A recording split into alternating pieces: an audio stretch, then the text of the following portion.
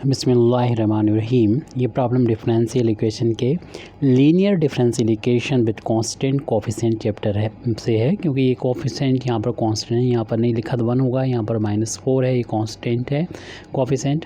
और ये linear differential equation है क्योंकि सेकंड डेरिवेटिव की पावर भी 1 है और यहाँ पर y की पावर देख रहे हैं 1 है। तो इस डिफरेंशियल इक्वेशन को हमें सॉल्व करना है। सबसे पहले तो हम इसको डी नोटेशन में लिख लेंगे। हम लोग जानते हैं d/dx को कैपिटल D से डिनोट करते हैं और d/dx² को d² से। तो इस तरीके से ये वैल्यू हो जाएगी, यानी गिवन डिफरेंशियल इक्वेशन हो जाएगा d² - 4y = e⁻x plus sin 2x। अब यहाँ पर हम y को इन दोनों में से कॉमन ले लेंगे, यानी d² - 4 ये ऑपरेटर हो जाएगा और y को हमें राइट हैंड साइड में ही लिखना है। सिंपल सा, कोई कॉमन नहीं है बल्कि ये ऑपरेटर है, तो उसको हमें पहले ही रखना होता है। तो जब इस तरीके से डिफरेंशियल इक्वेशन आ जाएगी सिंपल फॉर्म में, तो डी नोटेशन में, तो इसके लिए हम इसका कम्प्लीमेंट्री फंक्शन फाइंड करेंगे और पर्टिकुलर इंटीग्रल। जब दोनों हम फाइंड कर लेंगे तो इनको ऐड कर देंगे तो हमें इस डिफरेंशियल इक्वेशन का जनरल सॉल्यूशन हमको मिल जाएगा। तो फिर इसके लिए जैसे कि हम कम्प्लीमेंट्री फंक्शन अगर फाइंड करना चाहते हैं तो उसके लिए ज़रूरत होती है एक्सिलरी इक्वेशन की। तो उसी एक्सिलरी इक्वेशन को लिख देंगे। इट्स एक्सिलरी इक्वेशन इज़, तो जहाँ पर भी d नज़र आए वहाँ पर आप m कर दीजिए, यानी y का जो कोफिशिएंट d का फंक्शन है m² - 4 और राइट हैंड साइड में 0 कर दीजिए और इसको सॉल्व करके m की वैल्यू को फाइंड करेंगे।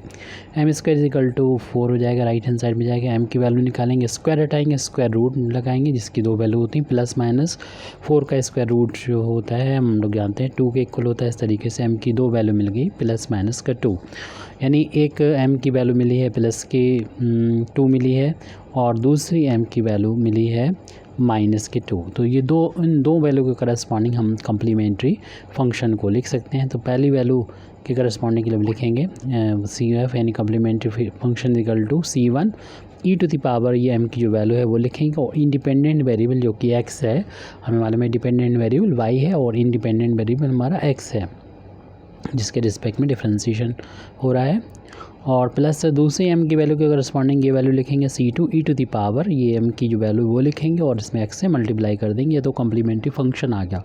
अब इसका दूसरा पार्ट पर्टिकुलर इंटीग्रल निकालना है, तो y का जो कोफिशिएंट है इसको 1/, में करके लिखेंगे और ये राइट हैंड साइड में जो लिखा है उसको हम उस पर ये ऑपरेट कर देंगे। इस तरीके से हमारा पर्टिकुलर इंटीग्रल जो है, हम लोग इसको अगले पेज पर देख रहे हैं, पर्टिकुलर इंटीग्रल की वैल्यू हो जाएगी 1/d, y का जो फंक्शन है d² - 4 और राइट हैंड साइड में जो लिखा हुआ था e⁻x प्लस का sin 2x। इस पूरे फंक्शन में ये ऑपरेटर ऑपरेट होना है। तो जो कि अलग अलग टाइप के फंक्शन हैं, तो इसलिए इनको 2 पार्ट में बांट के करते हैं, यानी इसको इस पर ऑपरेट कर लेते हैं, d² - 4 को ऑपरेट कर लेते हैं e⁻x पर और यहाँ पर, और d² - 4 को ऑपरेट कर लेते हैं sin 2x पर। इन दोनों के लिए जो है अलग अलग शॉर्टकट फार्मूले हैं। तो पहले हम इसके लिए लिख देते हैं कि 1/, कोई भी यहाँ पर d का फंक्शन हो, आप अगर ax की फार्म में लिखा तो जहाँ पर भी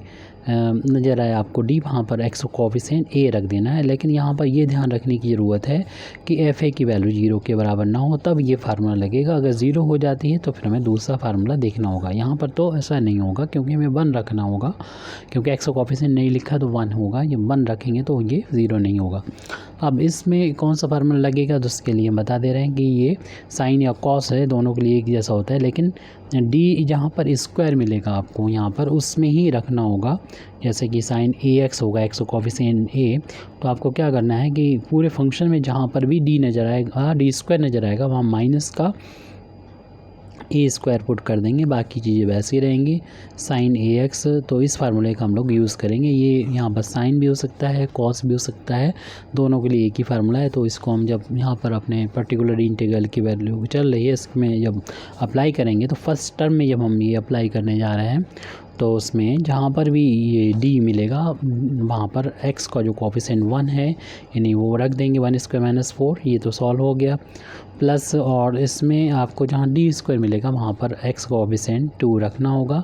तो यहाँ पर ये थोड़ा सा ध्यान देने की ज़रूरत है कि 2 रखने पर 0 नहीं होना चाहिए, ये भी शर्त है यहाँ पर। अगर 0 हो जाएगा तो उसके लिए फिर दूसरा फार्मूला होता है, यानी -a² रखने पर 0 नहीं होगा। हमारा यहाँ नहीं हो रहा है क्योंकि फार्मूले में आपको क्या करना है कि 1 जहाँ पर भी d² है वहाँ पर x का कोफिशिएंट जो कि 2 है उसका स्क्वायर करेंगे, यानी 2 का स्क्वायर, लेकिन उससे पहले माइनस लगा देना है।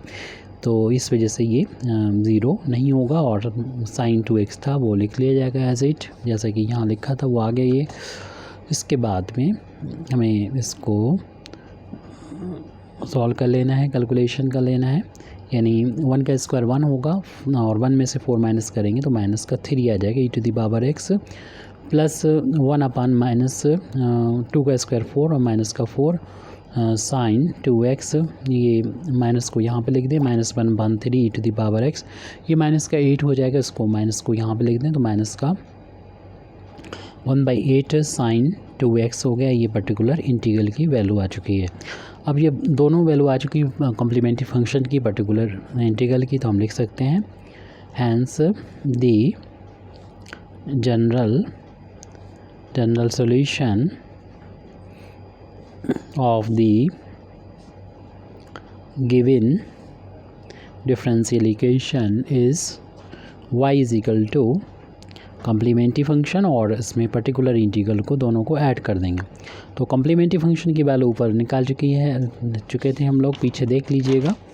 c1 m की 2 वैल्यू आई थी, उसके करस्पॉन्डिंग था 2x प्लस c2 e⁻²x। उसके बाद अभी हमने ऊपर निकाल के रखा हुआ ये पर्टिकुलर इंटीग्रल, वो भी इसमें ऐड कर देंगे, -1/3 e⁻x और -1/8 sin 2x। इस ब्रैकेट को ओपन कर दें ताकि ये माइनस प्लस माइनस में कन्वर्ट हो जाएगा। y = c1 e⁻2x plus c2 e⁻²x minus 1/3 e⁻x minus 1/8 sin 2x। इस तरीके से जो गिवन डिफरेंशियल इक्वेशन था उसका हमारा जनरल सॉल्यूशन आ चुका है। Thank you very much Indeed for listening me. व आखिर दावाना अल्हम्दुलिल्लाहि रब्बिल आलमीन।